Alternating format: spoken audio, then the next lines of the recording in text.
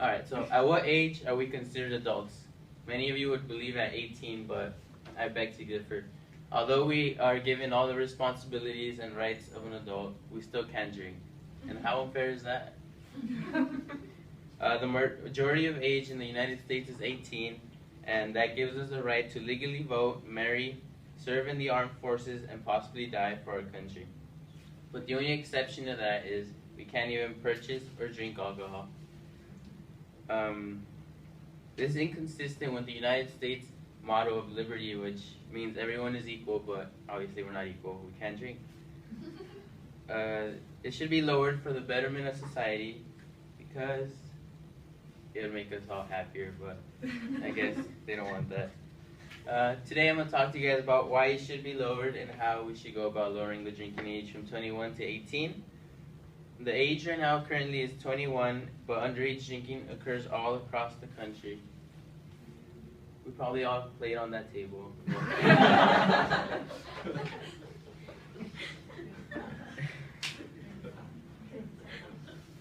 Lowering the drinking age would give the parents opportunities to teach and establish safe drinking norms with us, and that would make these numbers all go down. Drinking before 21 is most likely behind closed doors and usually without supervision. And this experimentation can be dangerous because it usually leads to binge drinking, which is overindulging in alcohol, which raises our blood level to above 0.08%, which is the legal limit. According to Students for Sensible Drug Policy, 90% of alcohol consumption by individuals between 18 and 20 years old is done while engaging in binge drinking behavior. Binge drinking is a serious and potentially deadly problem, which is fixable with teaching safe habits.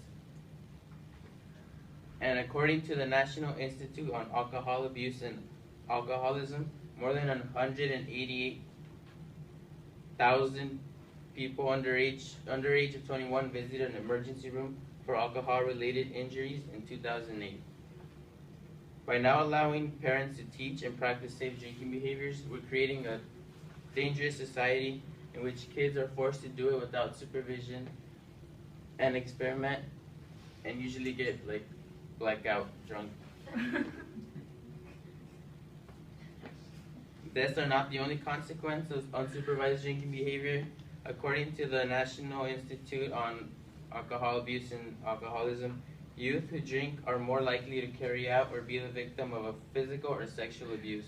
Rape, beatings, and sexual abuse are all life-changing events which can possibly occur thanks to underage drinking and those who engage in unsafe patterns because they don't know better. By lowering the age, parents will have the opportunity to instill safe drinking habits to their kids before it's too late. Safety of young adults should be our #1 concern, and so should justice and liberty. An unequal relationship exists between 18-year-olds and government policy. Lowering age is necessary because the responsibility and privilege associated with adulthood are they make us really responsible and require a high level of cognitive behavior.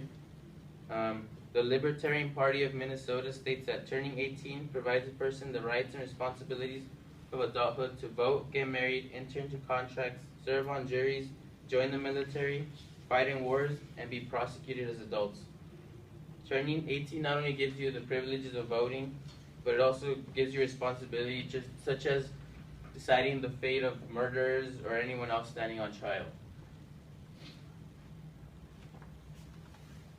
At 18, the military is a career choice for many teens that want to make their mark and serve their country.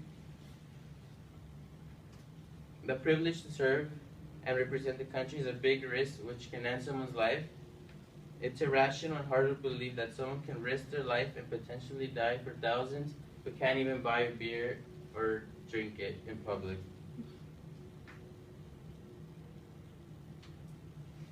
Right here we see a lot of the rights and things we get to do when we're 18, such as adopt children, have abortions, fly planes, hold public office, be in prison, be executed, and be sued, but we can't buy a beer, which is kind of weird. The repression of our right to drink is reminiscent of the 1960s when college students and 18-year-olds across the country didn't have the right to vote.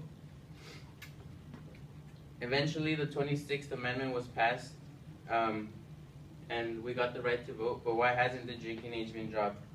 18-year-olds get a lot of responsibility, but we don't get any privileges in return.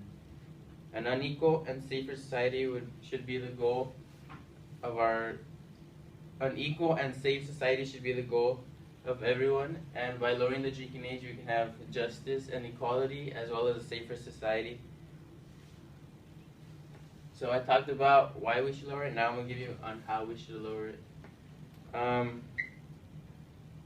When talking about lowering the drinking age, everyone probably pictures drunk teens like everywhere, but that doesn't have to include everyone. We can do a license program for people to get the right.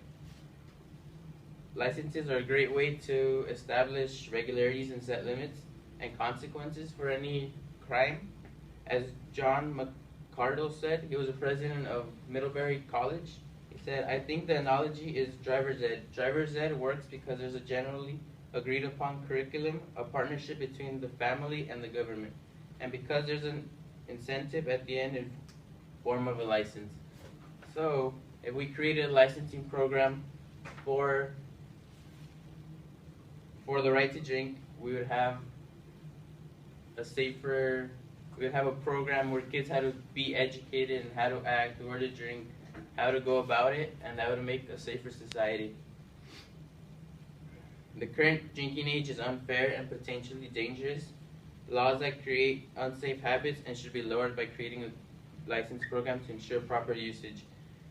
The lowering of the national drinking age is a necessary step in the betterment of society and a life-saving change, which makes logical sense when addressing the definition of adulthood. At age 18, people receive new rights and responsibilities which require a high level of cognitive ability, which is more than adequate when deciding whether and up to what point to drink. The privilege to represent and die for your country is an honor, but how logical is it that you can die but not drink? Everyone deserves justice and equality, so why should we risk our lives for a country that represents liberty, yet gives less than it expects in return? Thank you.